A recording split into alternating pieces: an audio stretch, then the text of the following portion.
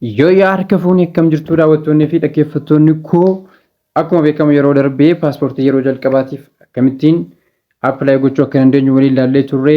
Har'a immoo viidiyoo kan biraatiin akkamittiin paaspoortii ekspaardi ta'e ariifachuu dandeenya kan jedhu walitti deebinee jirra. Kanaafis paaspoortii ekspaardi ta'e ariifachuudhaaf inni jalqabaa paaspoortii keenya isa oldi ta'e yookiin immoo sana harka jiru sana koppii isaa qabaachuu qabna. Inni lammaffaa immoo suura keenya 3-4 suura ediitiin taane qopheeffanna jechuudha. Saniin booda gara weebsaayitii isaanii seenuudhaan start new application kan jettu kana argaa jirtu ishii kanarratti kilik gochuudhaan akkuma kana dura waliin ilaalle saanduqa kanarratti raayit kilik gochuudhaan gadi siqnee bakka xiyyi kun argamtu irratti cuqaasuudhaan gara steeppii isa taanutti dabarra. Warri akka haaraatti galmooftaniif viidiyoo isaa kanaan dura isinii hojjedheen jira. Viidiyoo isaas linkii isaa description irra isiniin kaa'a. Har'a garuu kan warri ilaallu paaspoortii ekspaardi ta'e akkamittiin ariifanna kan jedhudha. Viidiyoo kana laayik, sheer, sabskiraayib gochuudhaan nu bira dhaabbadhaa isiniin jenna. Mee kanaaf amma paaspoortii ekspaardi ta'e akkamittiin akka ariifannu steeppii isaa waliin ilaalla. Filannoowwan arfan kana asirratti nutti mul'atan keessaa kan nuti irratti cuqaasnu replacement appointment kan jedhu kanadha. Kanaaf erga asirratti cuqaasnee fuullee nuti yookiin peejii nuti argannu jalqaba irratti expired passport isa jedhu kana irratti cuqaasuudhaan gara foormii keenyaatti dabarrachaadha. Kanaaf amma foormii keenya guutuu irratti bakka foormii keenya irratti guunuu irratti argamna. Inni jalqaba site selectionidha. Site selectioniin kunis immoo bakka nuti paaspoortii keenya dhaqnee fudhannu jechuudha. Warra Oromiyaa keessa jirtan Adaamaa, Jimmaa guutuu dandeessu. Akkasumas immoo warri Finfinnee isinitti dhiyaatu Addis Ababaa guutuu dandeessu jechuudha. Kanaaf amma ani Addis Ababaa guuteetan isinitti agarsiisaa na wajjin tura.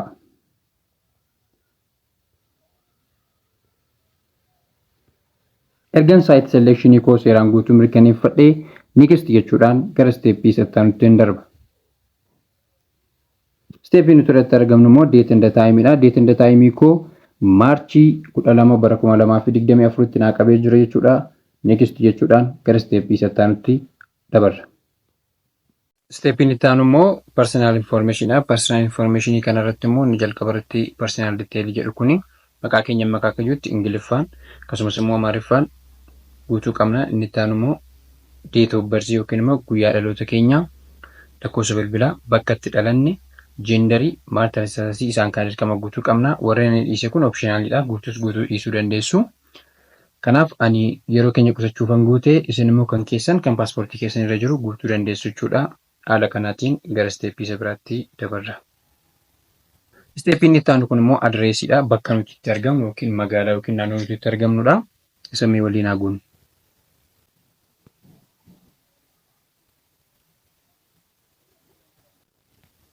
Personal information keessaa inni itti aanu adreesiidha. Adreesii keenyas immoo bakka itti argamnuu fi magaalaa itti argamnu akkasumas immoo naannoo itti argamnu guunnaa. Innis riijinii Oromiyaa magaalaan itti argamu immoo Ambon guutes bakka itti argamtan isteetii isaallee guutuu dandeessu, waradaa isaa guutuu dandeessu, qabalee striitii isaa haus nambarii isoo qabaatu guutuu dhiisuu dandeessu. Kan isin guutuu qabdan garuu riijinii isaa fi siitii bakka itti argamtan guutuu qabdu jechuudha.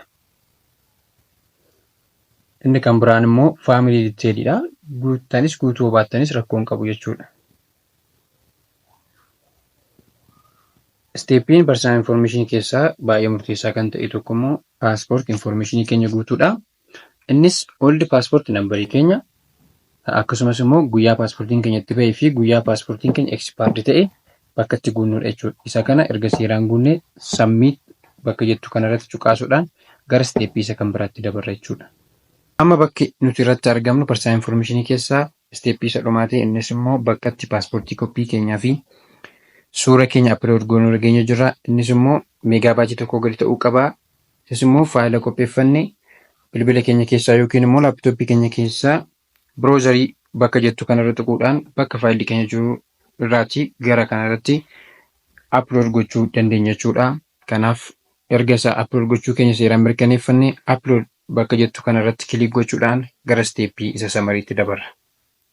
Amma steeppiin nuti irratti argamnu steeppii samarii isa jedhudha. Samarii kana irrattis immoo informationiiwwan duraan guutaa turre hunduma isaa arganna jechuudha. Kanaaf informationiiwwan duraan guutaa turre keessaa kan dogoggora ta'e yoo jiraate isa duubatti deebinee private jechuudhaan information keenya sirreeffachuu dandeenya jechuudha.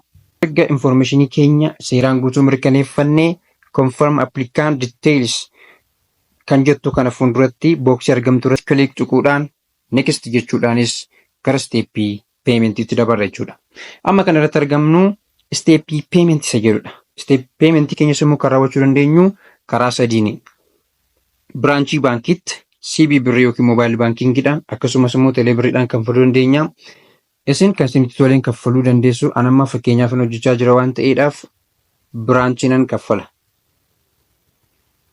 Erga isa filattanii gara gadiitti siqxanii kan isin agartanii I agree to terms and condition kan jettu kana bukkeetti kan argamtu boxii kanarratti right click tuquudhaan next jechuudhaan steepii kana xumurtu.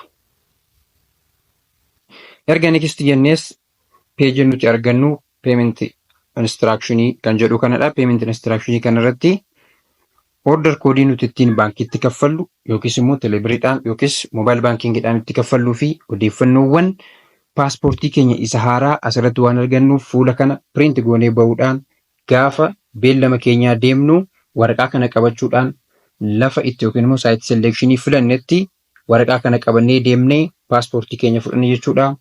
Waan wajjin turtaniif galatooma. Viidiyoo biraatiin amma walitti deebinutti nagaan tura.